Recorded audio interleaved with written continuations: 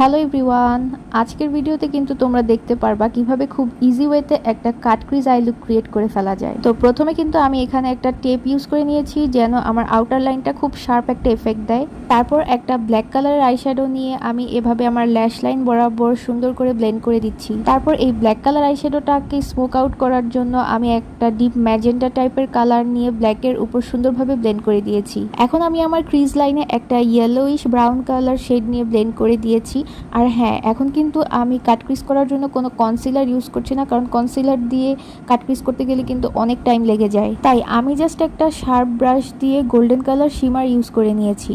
এখন just mascara apply করে নিচ্ছি চোখে, আর একটা আইল্যাশ পরে নিচ্ছি, কারণ আইল্যাশ না পরলে কিন্তু আই লুকটা একেবারেই বোঝা যাবে না। এখন আমি আমার ফুল ফেসের মেকআপটা কমপ্লিট করে নিচ্ছি, আর এটা হচ্ছে আমার final look.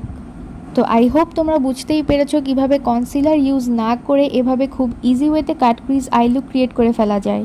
C you guys in my next video. So till then take care and by.